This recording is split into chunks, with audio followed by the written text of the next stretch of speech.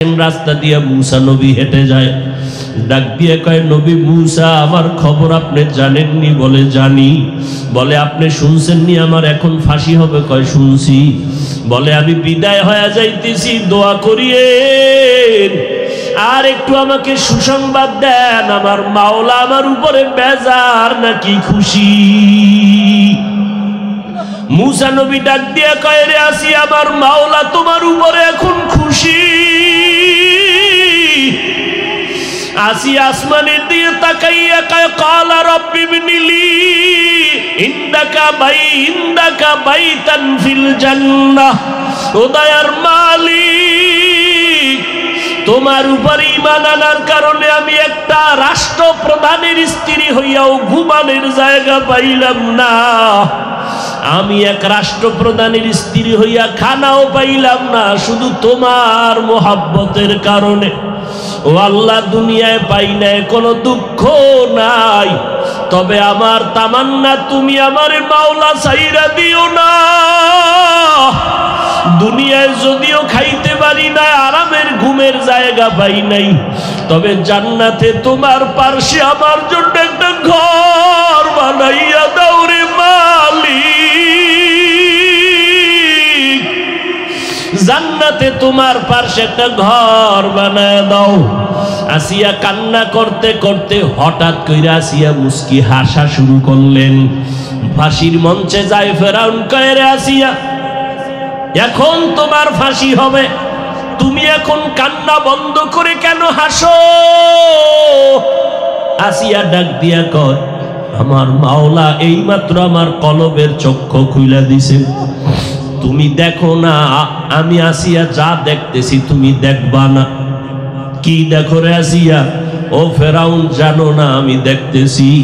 আমার মাওলার কাছে কান্না কইরা বলছি জান্নাতে একটা ঘর আমার জন্য বানাইতে। আমি এখনই তাকায় দেখলাম ওই জান্নাতের ছবিটা এখন দেখা যায়। আসমানের মধ্যে লক্ষ লক্ষ ফেরেশতারা আমার অপেক্ষায় আছে, আমার রূহটা জান্নাতে নিয়ে যাবে, তাড়াতাড়ি আমাকে ফাঁসি দাও, আমি আমার মালিকের মোলাকাতে হাজির হয়ে যাব। ও পর্দার আড়ালের আম্মা জান, আপনাদের মনটা কি চায় না একটু ভালো সন্তানের মা হইয়া কবরে যাবেন, স্বামীর মাল হেফাজত করবেন? আপনাদের মতো কত মহিলা আছে এখনো নামাজ ছাড়ে না, স্বামীর মাল নষ্ট করে না। স্বামীর মাল এটা স্বামীর না, স্বামী মরিয়া গেলে তো সব আপনার হয়ে যাবে। কিন্তু যুবকের দল আদম আলাইহিস সালাম আম্মা জানের সাথে মিলিত হয়ে গেলেন, আল্লাহ দুনিয়ায় পাঠাইলেন, দুইজনার সংমিশ্রণে আল্লাহ বছরে বছরে দুইটা করে সন্তান দিলেন, একটা ছেলে একটা মেয়ে। পরের বছর আবার দুই সন্তান, এক ছেলে এক মেয়ে। এইভাবে আল্লাহ দিয়া জমিনটাকে আবাদ করলেন। আল্লাহ পাক রব্বুল আলামিন বলেন, এইভাবে আবাদ করিয়া আমি দুনিয়াটাকে সাজাইলাম। আমি আল্লাহ পাক আদমের মাধ্যমে দুনিয়ায় মানুষ বানাইলাম। এত যুক্তি টুক্তি দিয়া আল্লাহ প্রমাণ করতে চাইলেন মাটির সৃষ্টি মানুষ হলো শ্রেষ্ঠ। অনেক যুক্তি টুক্তি দিয়া প্রমাণ হইল কি মাটির সৃষ্টি মানুষ, মানুষ মাটির সৃষ্টি। এটা যুক্তি দিয়া বুঝানোর পেছনে কারণ কি? আল্লাহ এটা দিয়া চান এই কথা সিদ্ধান্ত দিতে যে মাটির সৃষ্টি শ্রেষ্ঠ, নূরের সৃষ্টি শ্রেষ্ঠ না, আগুনের সৃষ্টি শ্রেষ্ঠ না, একমাত্র মাটির সৃষ্টি শ্রেষ্ঠ। সিদ্ধান্ত কার? অস্থায়ী না স্থায়ী? জানা থাকলে বলেন, আল্লাহর এই সিদ্ধান্ত মানে নাই কে? বলেন না কেন? মাটির সৃষ্টি শ্রেষ্ঠ, নূরের সৃষ্টি শ্রেষ্ঠ না, আগুনের সৃষ্টি শ্রেষ্ঠ না। সিদ্ধান্ত আমার আল্লাহর, স্থায়ী সিদ্ধান্ত মানে না ইবলিস। ইবলিস যে মানে নাই গায়ের জোরে না যুক্তির ব্যানারে? হ্যাঁ, গায়ের জোরে না, যুক্তি দিছে এটা শ্রেষ্ঠ হইতে পারে না। কেন? বলে আনা খায়রুম মিনহু খালাকতানি মিন নার ওয়া খালাকতাহু মিন তিন। আমি হলাম ইবলিস, আমি আদম থেকে ভালো, তাকে বানাইছেন মাটির দ্বারা, আমাকে বানাইছেন আগুনের দ্বারা। মাটির গতি নিচে, আগুনের গতি উপরে। আমি কেন নত হব? আদম আমারে নত হইয়া সিজদা করবে। আল্লাহ পাক বলেন ফাখরুজ, এই বেঈমান বের হইয়া যা। যুক্তি সুন্দর, একেবারে ফালাইয়া দেওয়ার মতো না, কিন্তু এখানে কারবার চলে মালিক আর গোলামের। মালিকের সামনে গোলামের কোনো প্রশ্ন চলে না। এখানে আদবের বিষয়, বেদবি চলবে না। পণ্ডিতি মা বাবার সামনে জাহের করা যায়নি। আমারে সবাই মাওলানা কয়, হুজুর কয়। এখন আমি যদি মায়ের সামনে লয়ে বাপ দইরা বয়ে থাই, মাও আমারে হুজুর কইব, চলবে? লিকুল্লি শাইইন জিনাতুন ফিল ওয়ারা ওয়া জিনাতুল মারই তামামিল আদাবি আজ খুদা কা হি মে তৌফিকে আদব বে আদব মাহরুম গাশত আজ ফজলে রাব।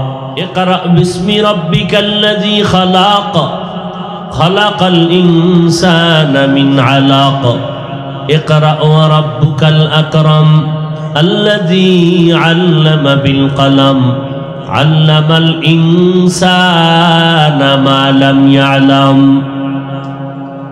আর এক আয়াতে আল্লাহ বলেন, আমি মানুষ সৃষ্টি করেছি এক ফোঁটা পানির থেকে। হাল আতা আলাল ইনসানি হিনুম মিনাদ দাহরি লাম ইয়াকুন শাইআম মাযকুরা ইন্না খালাকনাল ইনসানা মিন নুতফাতিন আমশাজিন নাবতালিহি ফাজআলনাহু সামিআম বাসীরা। এই মানুষ, তোমাদের কোনো অস্তিত্বই ছিল না। আমার আম্মা জান জানতেন না। মায়ের গর্ভে যেদিন আব্বা জানের পক্ষ থেকে পানিটা মায়ের বাচ্চা দানিতে আসলো, মা অনুভব করেন নাই যে আমি দুনিয়াতে আসব। আল্লাহ বলেন, এরে মানুষ, তোমার অস্তিত্বহীন থেকে আমি তোমাকে অস্তিত্বে নিয়ে আসলাম এক ফোঁটা পানির মাধ্যমে। শ্রবণ শক্তি দান করলাম, দর্শন শক্তি দান করলাম।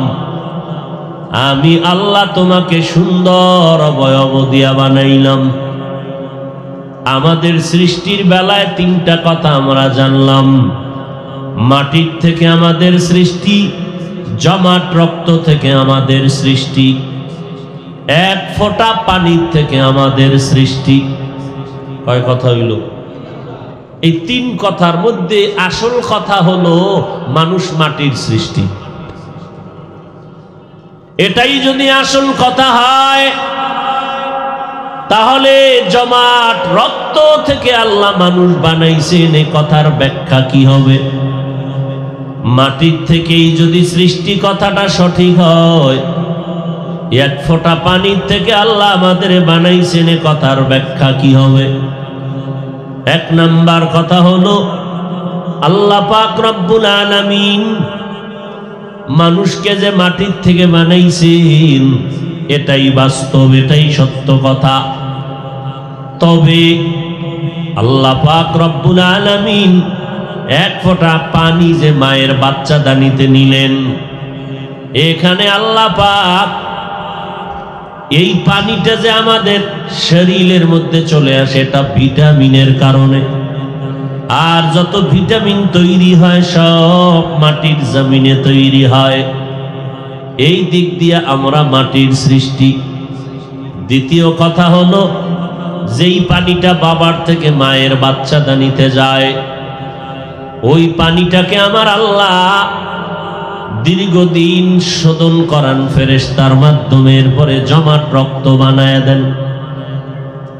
ওয়ালাকাদ খালাকনাল ইনসানা মিন সুলালাতিন মিন তিন সুম্মা জাআলনাহু নুতফাতান ফি ক্বারারিন মাকিন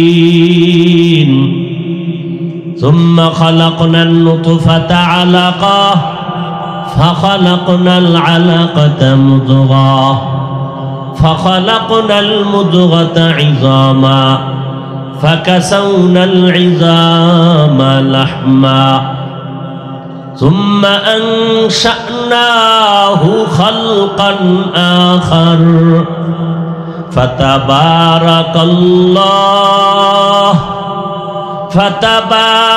الله أحسن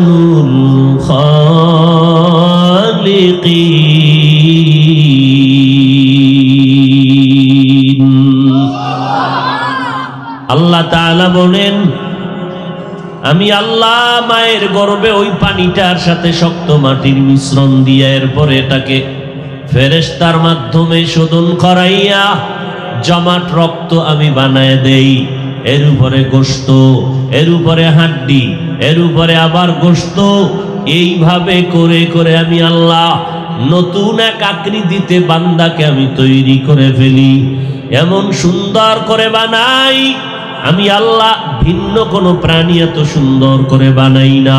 ওয়াত্তিনি ওয়াজ্জাইতুন ওয়া তুরি সিনিন ওয়া হাদাল বালাদিল আমিন লাকাদ খালাকনাল ইনসানা ফি আহসানি তাকওয়িম।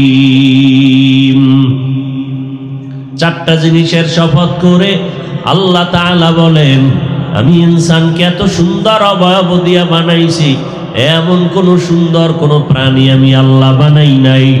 আসমান এত সুন্দর, এরপর আল্লাহ বলেন এর থেকে মানুষ আরো বেশি সুন্দর। জমিন এত সুন্দর, এর থেকে মানুষ আরো বেশি সুন্দর। চন্দ্র সূর্য এত সুন্দর, এর থেকে মানুষ আরো বেশি সুন্দর।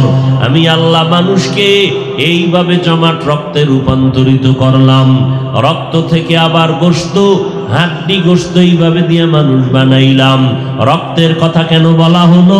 বলে মানুষের জীবনের পরিচালনার এক শক্তি হলো, শরীরটা সতেজ রাখার এক শক্তি হলো রক্ত চলাচল করা। যেই মানুষটার রক্ত হঠাৎ করে বন্ধ হয়ে যাবে, চলাচল করবে না, মানুষটা বেঁচে থাকতে পারবে না। এদিকে নজর করে আল্লাহ বলেন আমি তোমাকে জমাট রক্ত থেকে বানাইলাম। এরে নবীর উম্মত, আল্লাহ তাআলা এই মাটির থেকে আমাদের বানাইলেন। এবার কথা হলো, মাটির থেকে আল্লাহ ডাইরেক্ট বানাইছেন পয়গম্বর আদমকে, আর কাউকে বানান নাই। কিন্তু আল্লাহ এখানে বললেন তোমাদেরকে মাটির থেকে সৃষ্টি করেছি। মিনহা খালাকনাকুম। আদম একা আল্লাহ তাকে মাটির থেকে ডাইরেক্ট বানাইলেন, তাহলে আদম কি একজন না অনেক? তো এখানে বলা দরকার ছিল মিনহা খালাকনাকুম। তোমাদেরকে বললেন কেন? তোমাদেরকে বলার কারণ হলো এখানে শুধু আদমকেই আল্লাহ বলেন নাই, আওলাদে আদম যারা তারাও মাটির সৃষ্টি। কেন? তার কারণ হলো মা বাবা যেই পদার্থের হয় সন্তান ওই পদার্থেরই হয়। বাঘের বাচ্চা বাঘ হবে, কোনোদিন বানর হবে না। বানরের বাচ্চা বানর হবে, কোনোদিন বাঘ হবে না। ঠিক নেই?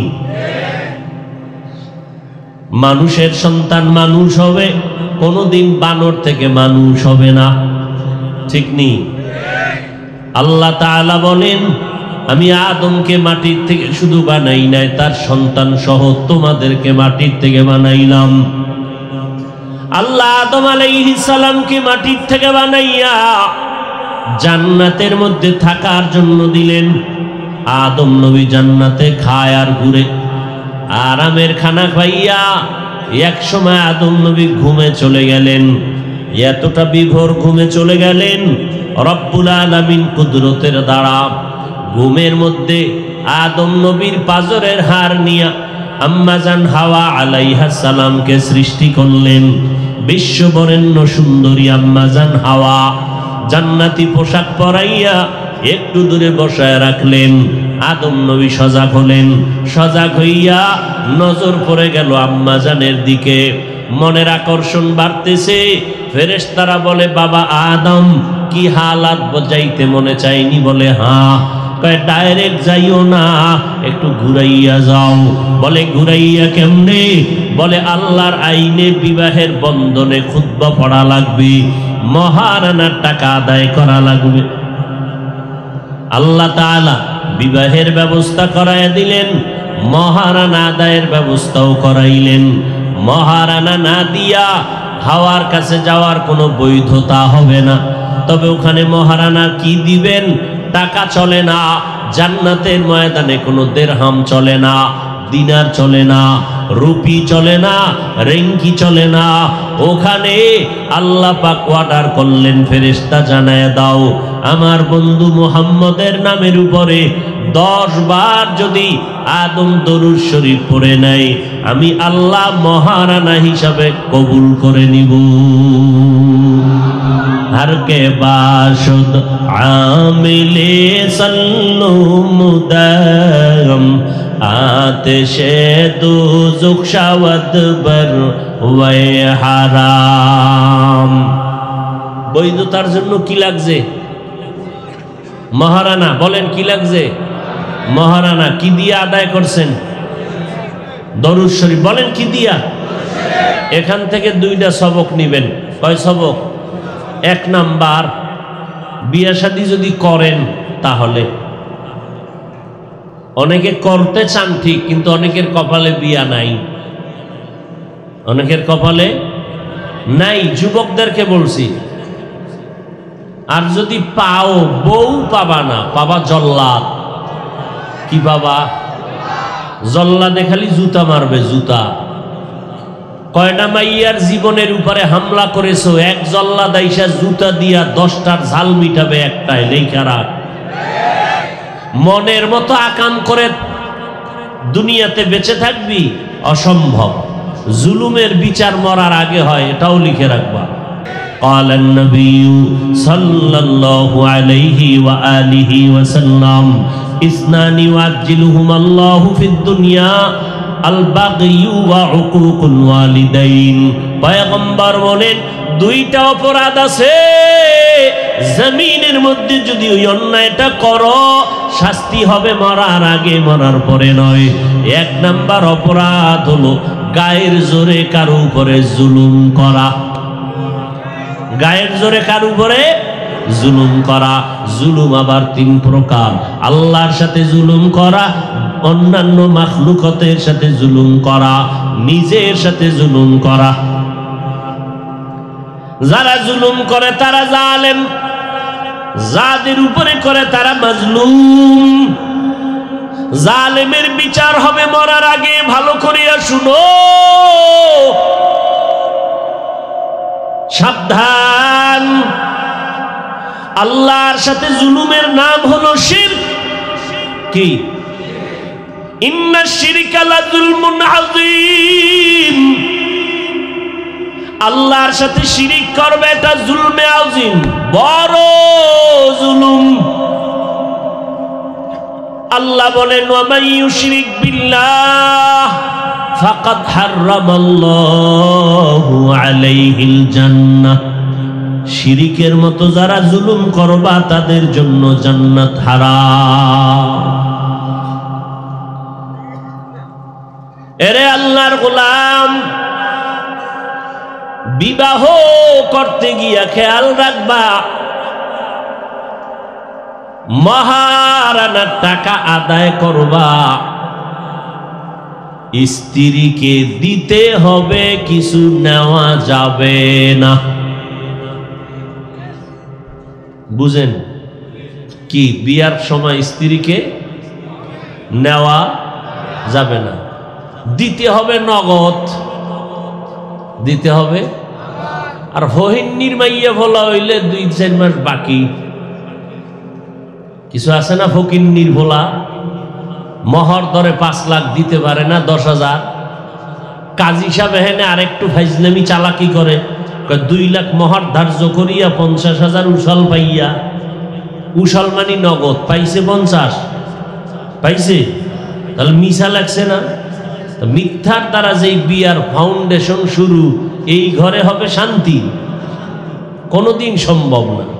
এত সোজা। 1 নাম্বার সবক, বিবাহের জগতে ঢুকতে গেলে আগে স্ত্রীকে দিতে হবে, কিছু নেওয়া যাবে না। দেওয়ার নাম মহারানা, নেওয়ার নাম যৌতুক। দেওয়ার নাম মহারানা, নেওয়ার নাম মহারানা ফরজ, যৌতুক সুন্নত, কি হারাম। সব উল্টে হয়ে গেছে, স্ত্রীকে দেয় না, সব নেয়। টাকা দাও, বাড়ি দাও, গাড়ি দাও, হুন্ডা দাও, গুন্ডা হয়ে যাও। বিদেশ যাওয়ার ভিসা দাও, আসেনি? আপনাদের দিকে এই যৌতুক নাই তো? আছে? খুব খুশির কথা না? এ যারা যৌতুক খাইতেছেন আপনারা হাসেন, একটু আগেই কিন্তু ইনজেকশনটা দিয়ে আইছি। জালেমের বিচার হবে মরার পরে না আগে? যারা যৌতুক খায় এরা জালেম। নাচতে কোন খায় কি? আপনি আকাম করবেন এই জন্য বয়ান বন্ধ?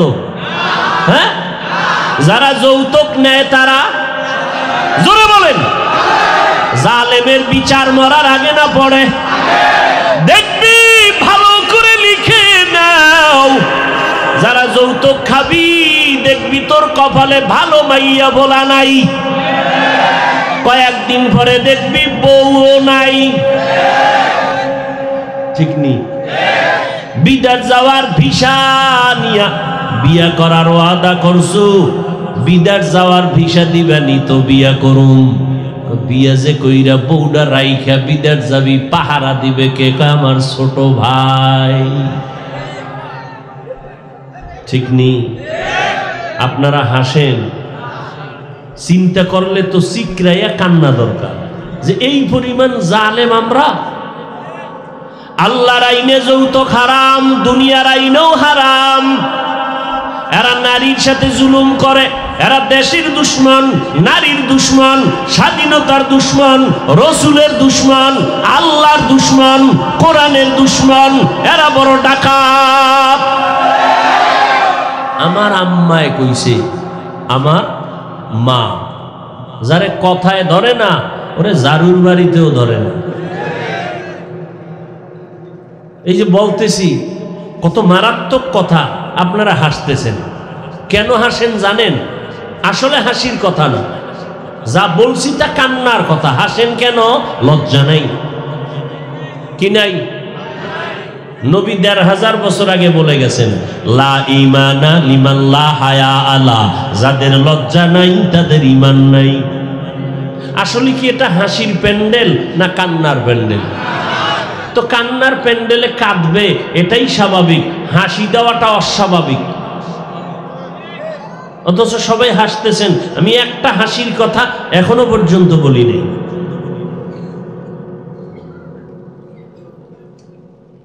খালি কানে বয়ান শুনবেন, সবক নিতে হবে। প্রত্যেকটা পয়েন্টে পয়েন্টে সবক। কসাসুল আউয়ালিন মাওয়াইজুল আখিরিন। জিন্দেগিটারে বরবাদ করেছ রে যুবক, কয়দিন আর মাস্তানি বাহাদুরি করবি? এই চোখের সামনে কত লাশ দেখলাম, কবরে চলে গেল।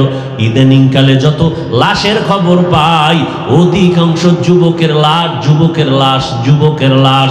পানির নিচে যুবক, গাড়ির তলে যুবক, ঘুমের বিছনায় মরে গেছে যুবক।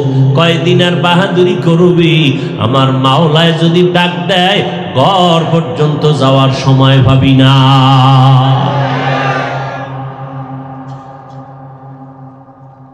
মদিনাওয়ালার আইন, বিবাহের ক্ষেত্রে নারীকে দিও, কিছু নেওয়া যাবে না।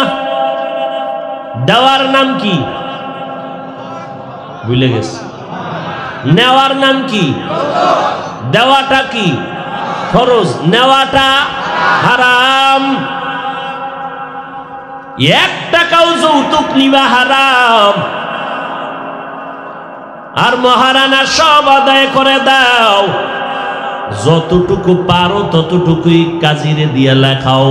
পারবা 1 লাখ 10 লাখ লেখাইয়া মাস্তানি করার কোনো যুক্তিকতা নাই। 1 লাখই লেখাও, 1 লাখ দিয়া দাও। কেনা মাপ লই এলাম, এ একটা ধোকা। এই মহার কোনো মাপ নাই। যদি কা মাপ হইয়া গেছে, কই আল্লাহ না করুন যদি বিবাহ ভেঙ্গে যায় তখন কোর্টের মাধ্যমে এটা আদায় করা লাগে না? এটা কিসের মাপ? এটা বাহানা। নগদ দিয়ে দাও মহারানা, সাধ্যের মধ্যে। আর যদি দিতে না পারো তো বিয়ার দরকার নাই, রোজা রাখে সুটকি হয়ে যাও, রোজা রাখো 12 মাস।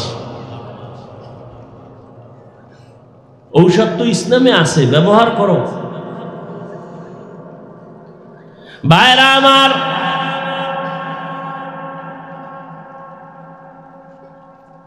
ইনশাআল্লাহ মহারানা যারা বিয়া করছেন ঠিকই, মহারানা এখনো দিছেন কিনা খেয়ালই নেই। কেমন পাগল হয়ে গেছে, খেয়ালই নেই মহারানা দিছে নাকি না দিছে। যারা দেন নাই তাড়াতাড়ি দিয়া দেন। এটার মালিক আপনার স্ত্রী, আপনি এটার মালিক না। মহারানা দিয়ে দিয়ে যদি এই টাকায় বাড়তে থাকে স্ত্রীর মালিকানায়, আলাদাভাবে আপনার স্ত্রীর যাকাত চলে আসবে, চালাকি চলবে না। আপনার টাকার উপরে আপনার আলাদা যাকাত। আর যেই স্বর্ণ অলংকার আপনার স্ত্রীকে দিয়ে দিছেন, মালিক বানায় দিছেন, আর মহরের টাকা সহ যদি মিলাইয়া নেশাব হইয়া যায়, যাকাত দেওয়া লাগবে স্ত্রীর জন্য আলাদা। চালাকি চলবে না। যারা দেন নাই তাড়াতাড়ি মহারানা আদায় করে দিবেন। আর যারা বিবাহ করবারে বাবা, মাওলার কাছে দয়া কইরা দোয়া করিও, জীবনে কোনোদিন যৌতুক খাইবা না, মহারানা না দিয়া বিয়া করবা না। 2 নাম্বার সবক, বেশি বেশি দরুদের আমল করো। নবীজির দরুদের দাম কত? জান্নাতের মধ্যে আদম নবী মহারানার দাবি তুলছেন, দরুদ পড়িয়া তা শোধ করেছেন। দরুদের এত দাম। আজকে আমগো দরুদ নাই, জেলাফি থাকলে দরুদ আছে, নাইলে নাই। ঠিক নেই? আর নাই। আলহামদুলিল্লাহ, আমরা তো মোটামুটি দরুদ পড়ি, চেষ্টা করি পড়ার। যারা আমরা মাদ্রাসায় পড়ি, পড়াই দরুদ আর দরুদ, ক্বালা রাসূলুল্লাহ, ক্বালা রাসূলুল্লাহ, ক্বালা রাসূলুল্লাহ, এভাবে দরুদ চলতে থাকে সাল্লাল্লাহু।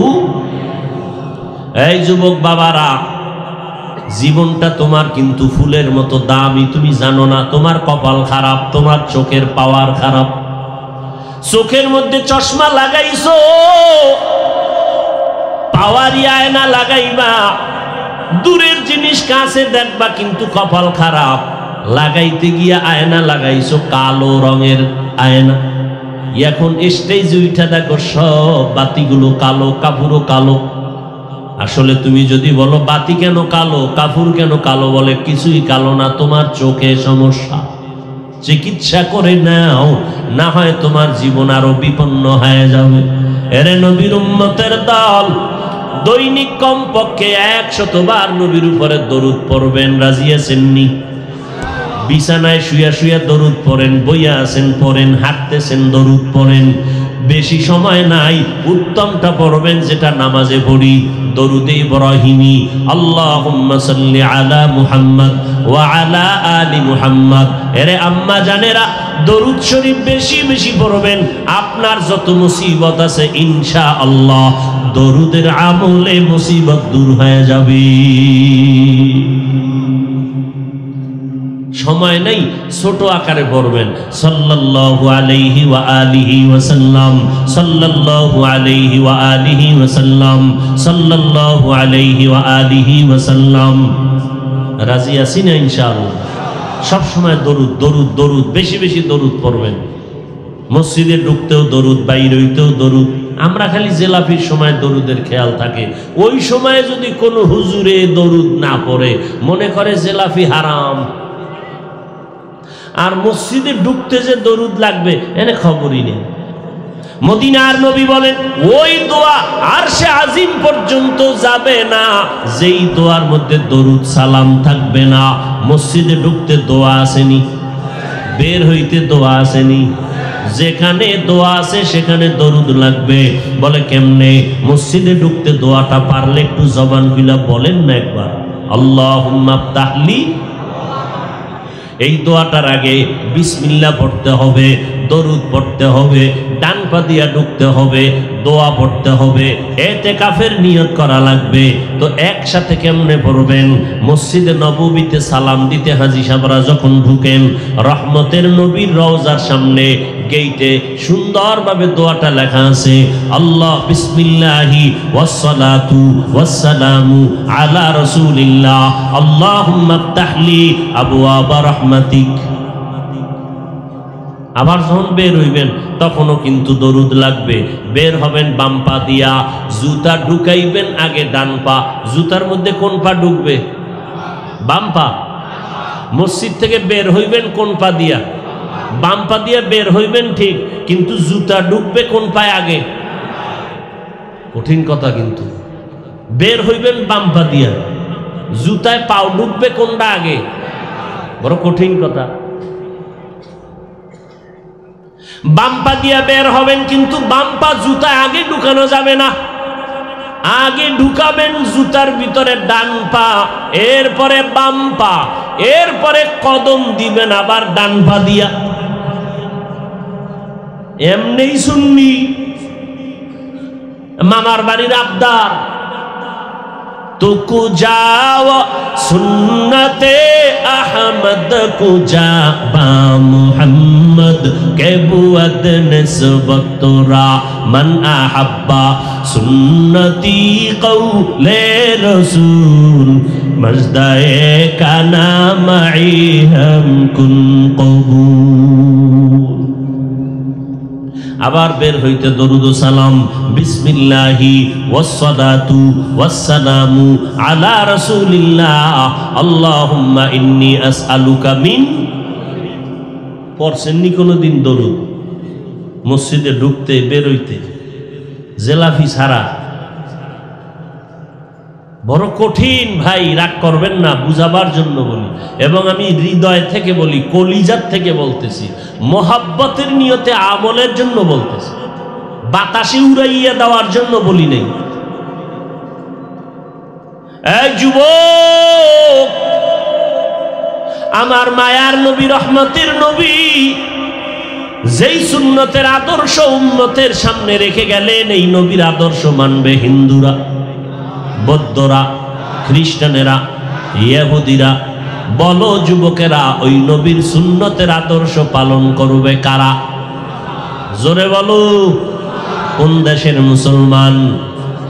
সারা দেশের মুসলমান, তবে চট্টগ্রামের মুসলমান বাদ। আপনারা বিএপি তো, আপনাদেরও লাগবে তো, দাড়ি রাখেন না কেন? বিয়ার পর গ্যারান্টি আছে বিয়ে করবেন, বেঁচে থাকবেন, গ্যারান্টি আছে। নবীর আদর্শের টুপি লাগাইবেন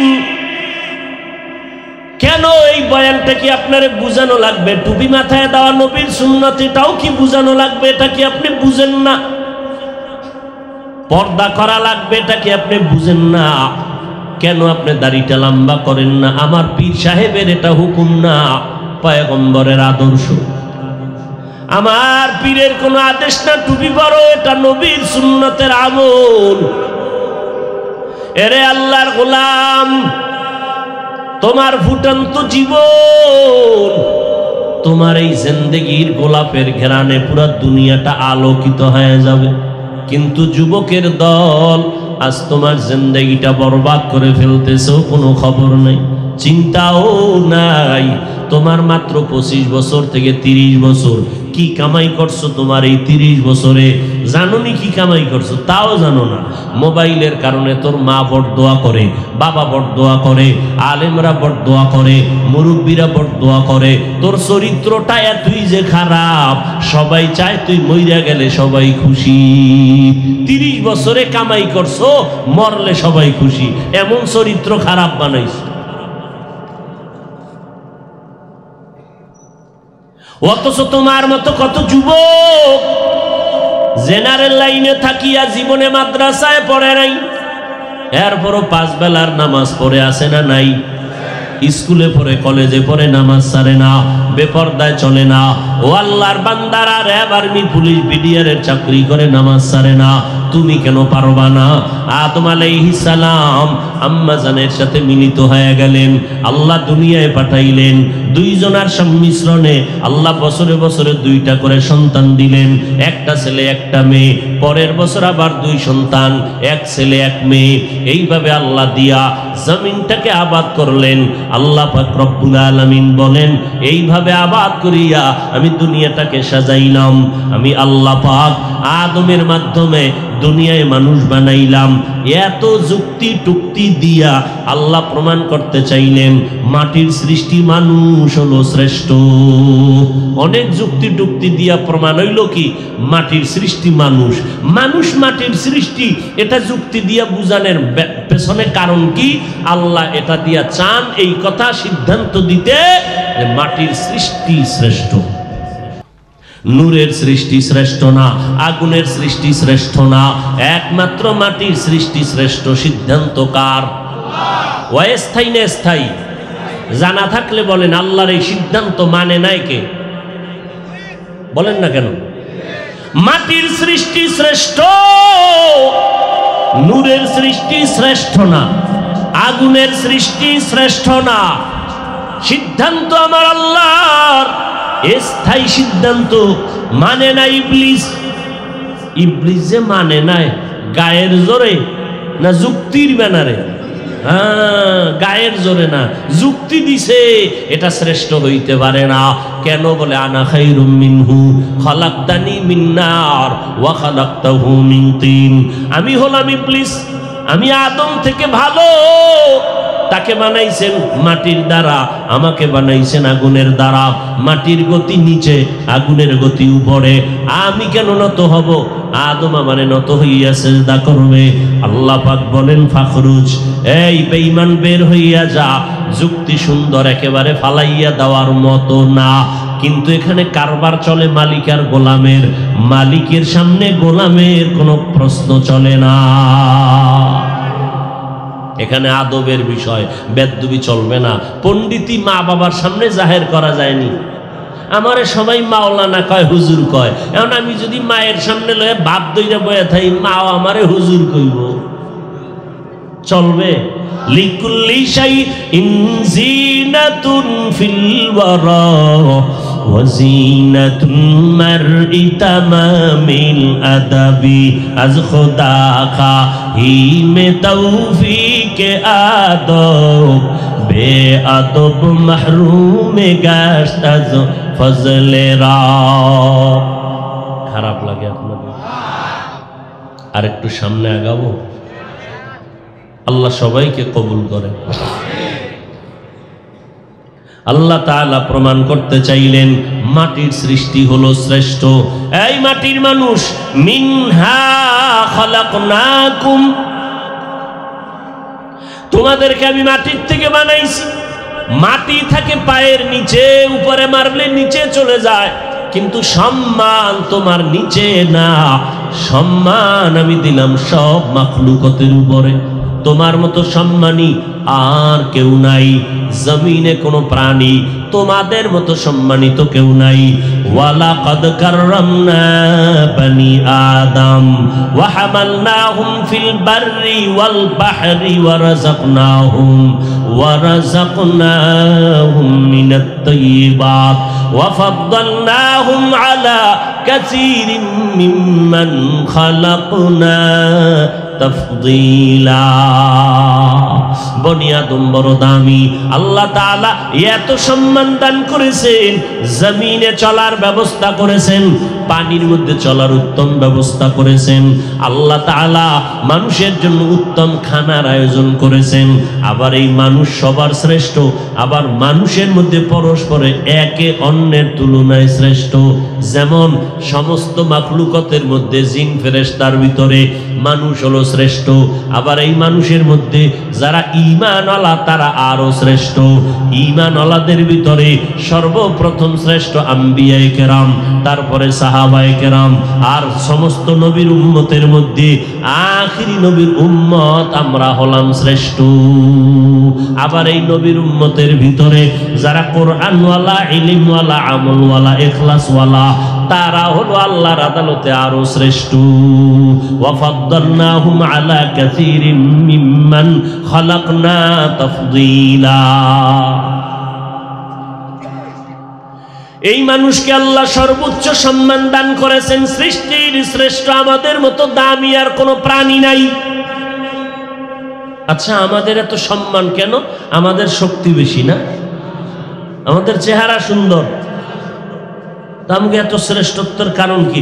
আমরা বেশি বেশি আল্লাহর জিকির করি, এই জন্য। শক্তির বিষয় আমাদের শ্রেষ্ঠত্ব না, কারণ তুলনামূলক একটা মশা আমাদের থেকে অনেক পাওয়ার লয়া চলে। আমরা সংসদ ভবনে ঢুকতে টিকিট লাগেনি, মশার লাগেনি? লাগে? লাগে না। মশা যদি মেজাজ গরম করে, বনি আদম আরামে ঘুমাইতে পারবে না। এরে আল্লাহর গোলাম, একটা গরুর মধ্যে কি পরিমাণ শক্তি! একটা লাথি মারলে কোনো আদম সন্তান গরুর দুধ দহন করে ঘরে নিতে পারবে না। একটা বাঘ যদি মেজাজ গরম করে, এলাকায় কাউকে ঘুমাইতে দিবে না, বানর ঘুমাইতে দিবে না। একটা হাতি যদি মেজাজ গরম করে, পুরো বাজারটা তছনছ করে ফেলবে 1 ঘন্টার ভেতরে।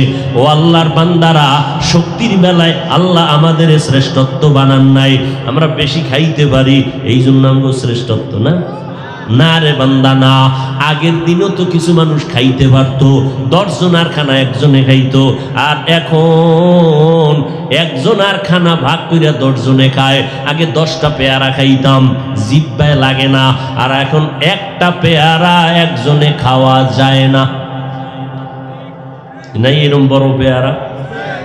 এরে আল্লাহর বান্দা, খানার দিক থেকেও আমরা অনেক দুর্বল। আল্লাহ তাআলা বলেন, ওয়া খুলিকাল ইনসানু যায়ীফা। এই তোমার শক্তি মানে তুমি হলা সৃষ্টির মধ্যে চূড়ান্ত দুর্বল। তোমার মতো দুর্বল আর কেউ নেই। আছে? পিপিলিকার কাছেও আমরা দুর্বল, মশার কাছেও আমরা দুর্বল, সব মাখলুকাতের কাছে আমরা দুর্বল। এরে আল্লাহর গোলাম, আমরা বেশি বেশি বেশি বেশি আল্লাহর জিকির করি, আল্লাহর গুণগান গাই, এই জন্য আমরা শ্রেষ্ঠ না। এই জন্যই যদি শ্রেষ্ঠ হয়, তাহলে শ্রেষ্ঠ হওয়া দরকার ফেরেশতা। কারণ ফেরেশতারা একটা মুহূর্তের জন্য আল্লাহর বদনাম করে না, অল টাইম তারা আল্লাহর গুণগান করে, এই জন্য তারা শ্রেষ্ঠ। আসলে আল্লাহর গুণগানের কারণে আমাদের শ্রেষ্ঠত্ব না। এরে আল্লাহর বান্দা, ভালো করে বুঝো, মানুষের মধ্যে আলাদা একটা গুণ আল্লাহ দিয়েছেন। এই গুণটা ফেরেশতাদের মধ্যে নাই, এই গুণটা জিনের মধ্যে নাই, এই গুণটা পশুর মধ্যে নাই। ওয়াশ-শামসি ওয়া দুহাহা ওয়াল কমারি ইযা তালাহা ওয়ান নাহারি ইযা জাল্লাহা ওয়াল লাইলি ইযা ইয়াগশাহা ওয়াস সামাই ওয়া মা বানাহা ওয়াল আরদি ওয়া মা তাহাহা ওয়া নাফসিন ওয়া মা সাওয়াহা ওয়াল আরদি ওয়া মা তাহাহা ওয়া নাফসিন ওয়া মা সাওয়াহা ফাআলহামাহা ফুজুরাহা ওয়া তাকওয়াহা। আল্লাহ তাআলা 9টার মতো জিনিসের কসম খাইয়া বলেন, মানুষের মধ্যে এমন একটা গুণ আমি আল্লাহ দিয়েছি, এই গুণটা ফেরেশতার মধ্যে দেই নাই, এই গুণটা জিনের মধ্যে দেই নাই। ফাআলহামাহা ফুজুরাহা ওয়া তাকওয়াহা।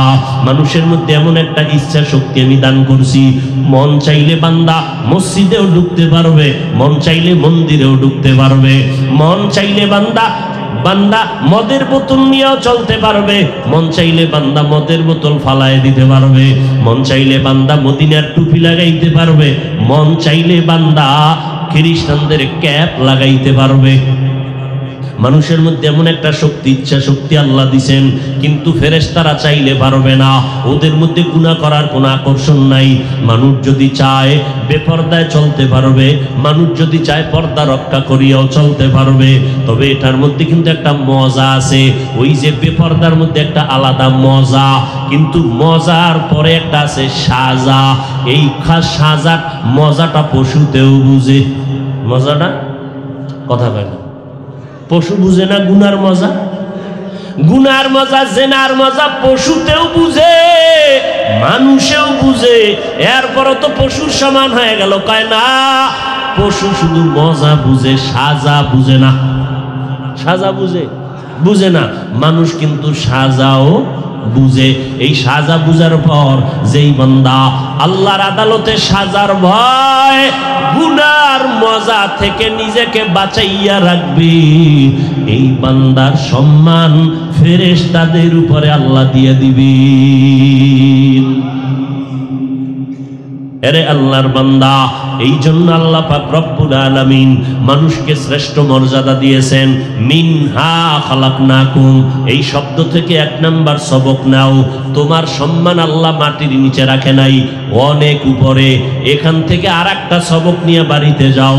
মিনহা খালাকনাকুম, এই মাটির মানুষ, তুমি মাটির মানুষ হইয়া থাকা উচিত ছিল নরম, কিন্তু তোমার ভিতরে গরম গরম ভাব। কিসের গরম এত? কথায় গরম, কাজের মধ্যে গরম, হাঁটার মধ্যে গরম, ধমকের ভিতরে গরম। এত গরম গরম ভাব কেন? গরমের পিছনে কিছু পুঁজি আছে। কি আছে? হাতি চলতেছে রাস্তা দিয়া, তো একটা ব্যাং, ব্যাং চিনেননি? ব্যাং, ব্যাং হাতিরে লাথি মারে। কে লাথি মারে? ব্যাং। তদন্ত করে দেখলো এই ব্যাঙের ভিতরে এত পাওয়ার কেন? হাতিরে লাথি মারে। খুঁজা টুইজা বের করে দেখে ব্যাঙের পাছার ভিতরে আইয়ুব খানের পয়সা লাগানো। এখন কোন কপাল পরা যদি আবার প্রশ্ন করিয়েই ফেলা, হাফিজ ভাইটা কোরআন শরীফের কত নাম্বার আয়াতে আছে? এরকম বেয়াদব আছে কিছু, এরকম মূর্খ কিছু আছে। উদাহরণ দেওয়া হয় আসল জিনিস বুঝাবার জন্য। উদাহরণটা, এক্সাম্পলটা বাস্তবে হতেও পারে, নাও হতে পারে। এই কিছু কিছু মূর্খ বেয়াদব এরা এই সমস্ত কিছু উদাহরণকে টান দিয়া আলেম ওলামার বিরুদ্ধে বিতর্ক সৃষ্টি করে। এরকম কিছু বেয়াদব আছে না নাই?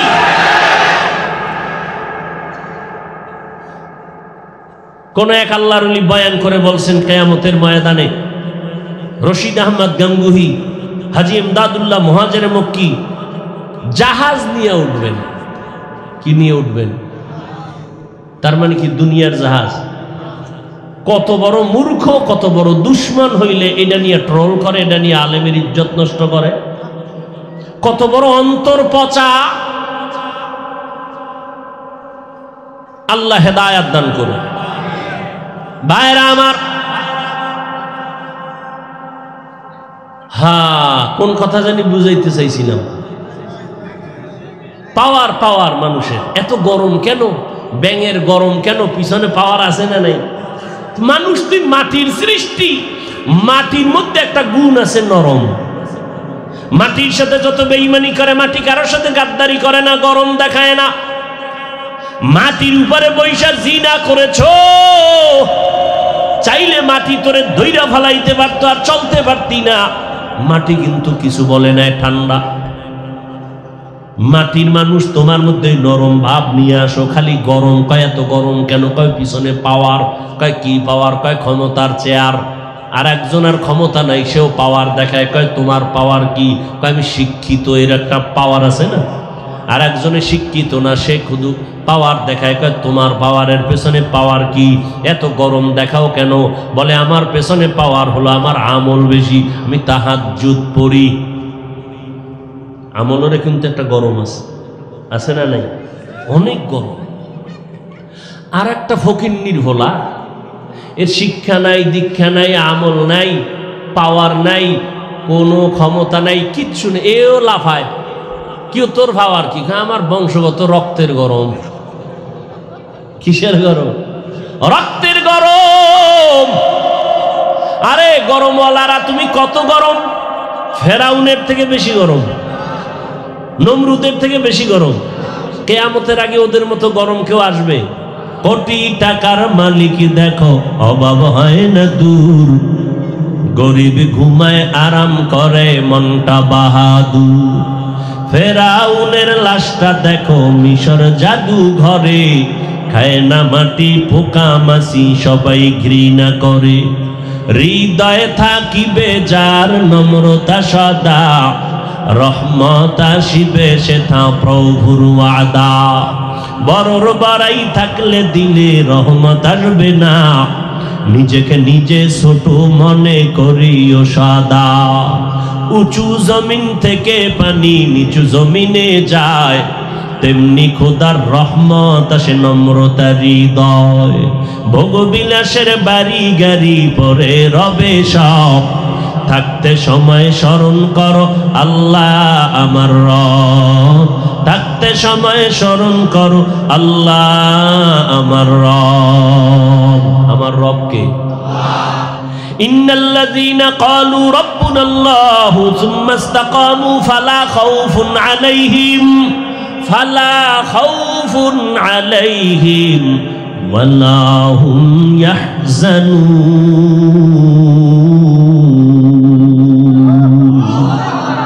যারা আল্লাহকে রব বলে স্বীকার করবা, তোমাদের কোনো চিন্তা নাই, তোমাদের কোনো ভয় নাই। আমার আল্লাহ কুদরতের জিম্মায় জান্নাতে পৌঁছাইয়া দিবি। ও নবীর আশিক, ও যুবক, মাটির মানুষ মাটির মতো নরম হইয়া চলো। গরম ভাব দেখাইও না। গরম ভাব দেখাইয়া ফেরাউন টিকতে পারছে? টিকতে পারে নাই। নমরুদ টিকতে পারে নাই। তুমি গরম ভাব দেখায় কয়দিন টিকবারে বাবা? মানুষের দোয়া নিয়ে যাও। ফেরাউন গরম ভাব দেখাইয়া না আখেরাত পাইল না দুনিয়া পাইল। আজকে মুসলমান তো দূরের কথা, বেঈমানেরাও ফেরাউনের নাম শুনতে পারে না, নমরুদের নাম পছন্দ করে না, সাদ্দাতের নামটা পর্যন্ত পছন্দ করে না। এমন গরম ভাব না দেখাইয়া নরম হইয়া চলো। ও সন্তান, মা বাবার সাথে গরম ভাব দেখাইও না। ও ছাত্র ভাইয়েরা, ওস্তাদের সাথে শিক্ষকের সাথে গরম ভাব দেখাইও না। খবরদার, সব জায়গায় মেজাজ দেখানো যায় না। যদি আল্লাহ না করুন মায়ের অন্তরে কষ্ট যায়, দুনিয়ার জিন্দেগি তোমার বরবাদ হয়ে যাবে। শিক্ষকের অন্তরে যদি কষ্ট যায়, ওই জিন্দেগি তোমার বরবাদ। আরে আল্লাহর বান্দা, যদি শিক্ষকের অন্তরে কষ্ট দিয়া থাকো, আমার মাওলাও কিন্তু তোমারে মাপ দিবে না যতদিন পর্যন্ত শিক্ষক তোমারে ক্ষমা না দিবেন। মায়ের অন্তরে যদি কষ্ট দাও, আমার মাওলা তোমারে ক্ষমা দিবেন না যতক্ষণ পর্যন্ত মা তোমাকে ক্ষমা দিবেন না।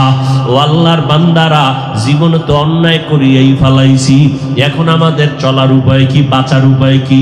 একমাত্র পথ ইস্তেগফার করো, তওবা করো, আল্লাহকে মনে মনে ডাক দাও, হে মালিক, জীবনে তো অন্যায় কম করি নাই।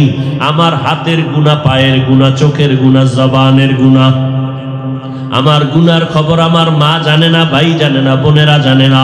ও আল্লাহ, তুমি জানো, তুমি হায়াতের মালিক, ইজ্জতের মালিক, রিজিকের মালিক।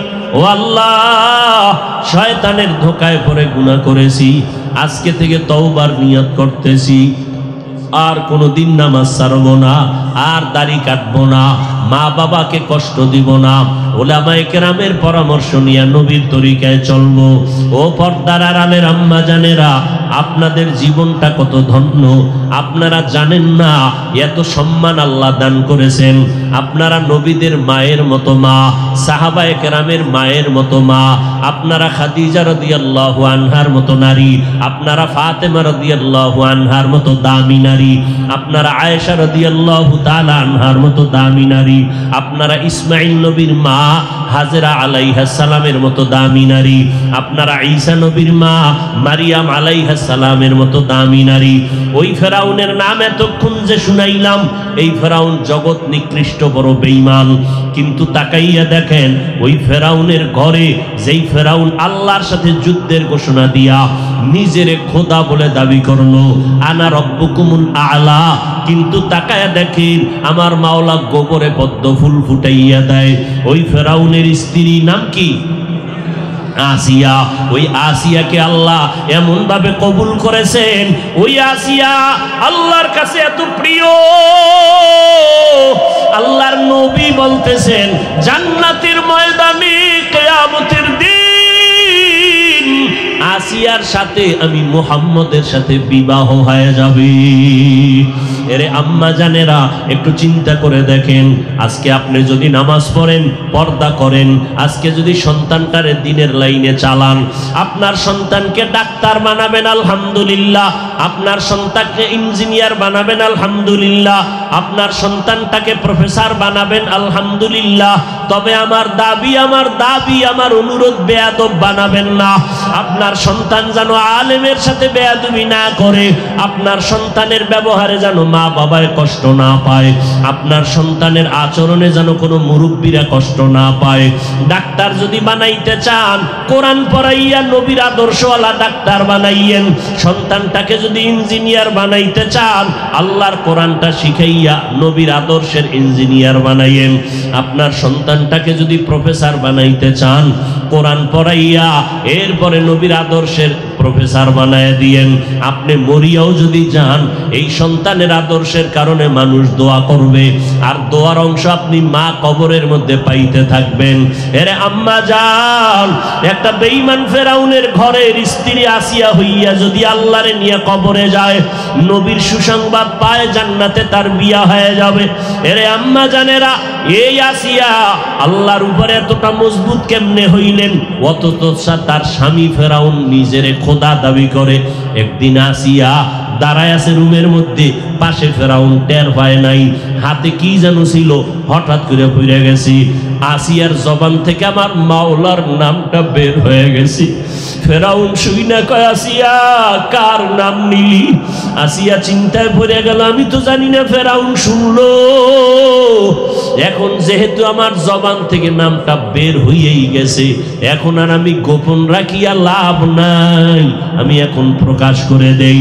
আসিয়া কয়, ফেরাউন আমি আমার মালিকের নাম নিয়েছি, আমার খোদা আমার আল্লাহর নাম। বলে তোমার আল্লাহকে? কয় মুসা নবী যারে আল্লাহ বলে তারেও আমি আল্লাহ বলে স্বীকার করি। ফেরাউন কয় সর্বনাশ, মিশরের মধ্যেই তো আমি একমাত্র খোদা, মিশরের সবাই আমারে খোদা বলে। আসিয়া বলে সবাই তোমারে খোদা বললে আমি তোমারে খোদা বলতে পারি না। বলে তুমি আমার স্ত্রী হইয়া যদি খোদা না বলো, আমার মিশরে খোদা দাবি কইরা সার্থকতা নাই, আমারে একবার হইলেও খোদা বলতে হবে। আসিয়া বলে খবরদার, যে আল্লাহর জায়গা আমি কলিজার মধ্যে ঢুকাইছি মোহাব্বত, ওখানে দুনিয়ার আর কারো গায়রুল্লাহর মোহাব্বত ঢুকাইতে পারবো না। ফেরাউন বলে তুমি একবার আমাকে কানে কানে কও, জোরে বলা লাগবে না। আসিয়া ডাক দিয়ে কয়, রে ফেরাউন, তুমি মিশরের এমন খোদা, তোমারে সবাই ফাঁকি দিতে পারে, কিন্তু আমি এমন মালিকের গোলাম, ওই মালিকের ফাঁকি দেওয়ার কোনো রাস্তা নেই।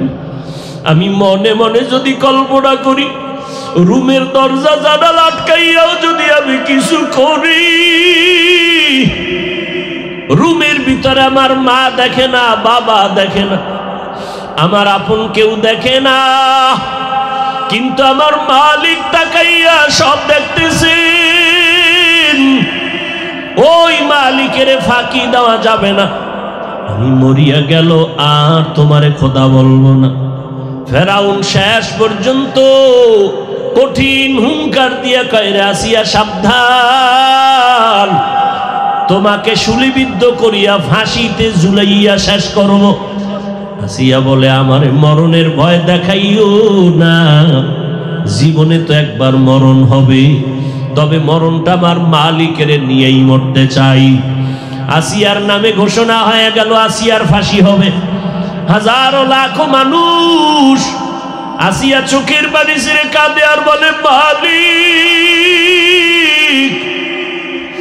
আমার জিন্দেগি বুঝি শেষ, আজ আমি তোমার কাছে আমার আবদার, আমার ধৈর্য হারাইও না, আমি যেন ধৈর্যের সাথে ইমানের উপরে মজবুত থাকতে পারি।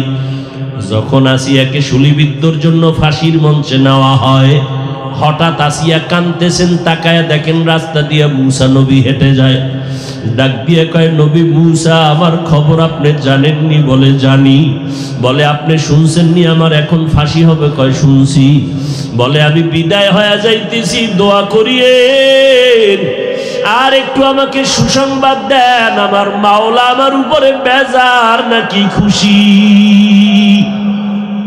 মুসা নবী ডাক দিয়ে কয়, রে আসিয়া আমার মাওলা তোমার উপরে এখন খুশি।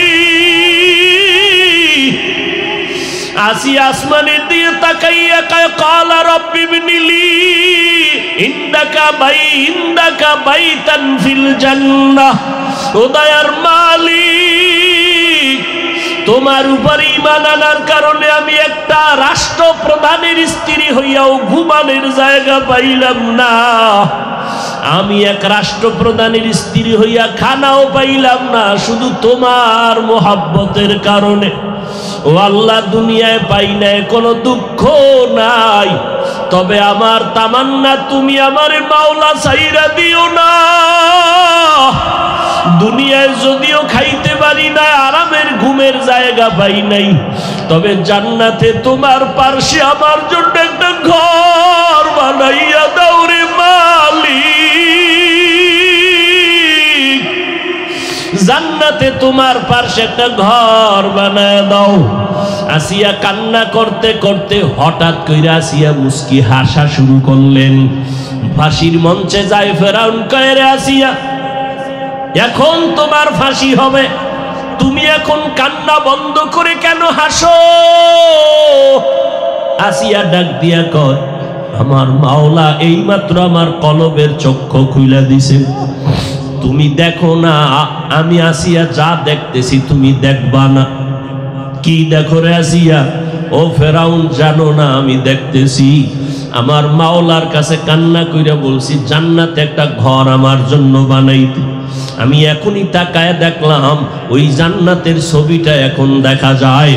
আসমানের মধ্যে লক্ষ লক্ষ ফেরেশতারা আমার অপেক্ষায় আছে, আমার রূহটা জান্নাতে নিয়ে যাবে।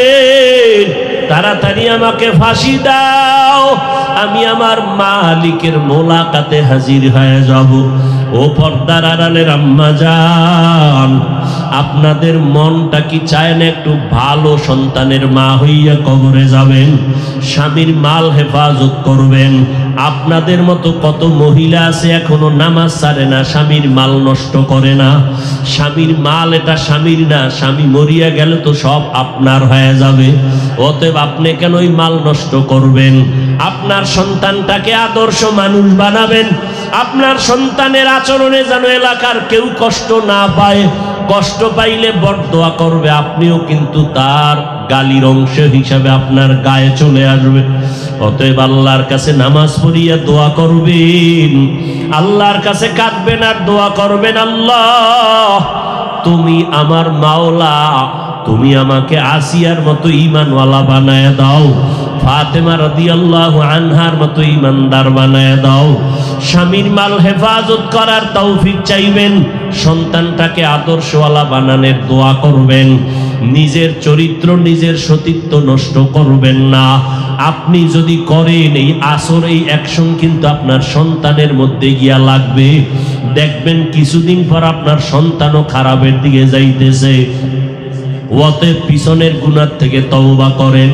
জীবনে আর নামাজ ছাড়বো না, বেপরদায় চলবো না। ও যুবকেরা, আল্লাহর কাছে তওবা করো। জীবনে আর দাড়ি কাটবা না, নামাজ ছাড়বা না, বেপরদায় চলবা না, মা বাবার সাথে বেয়াদবি করবা না, দোয়া নিয়ে চলবা, নবীর তরিকা মানিয়া চলবা, ওলামায়ে কেরামের পরামর্শ নিয়ে চলবা। আর কোনোদিন জবানের দ্বারা, চোখের দ্বারা, হাতের দ্বারা কোনো গুনাহ করবা না। তওবার জন্য যদি অন্তর তৈরি হয়, খাঁটি তওবার নিয়ত থাকলে দুটো হাত আমার মাওলাকে দেখাইয়া দাও। আয় আল্লাহ, হাতগুলো কবুল করে নেন, তওবা কবুল করে নেন, তওবার উপরে মজবুত হইয়া চলার মতো তৌফিক দান করেন, আমিন।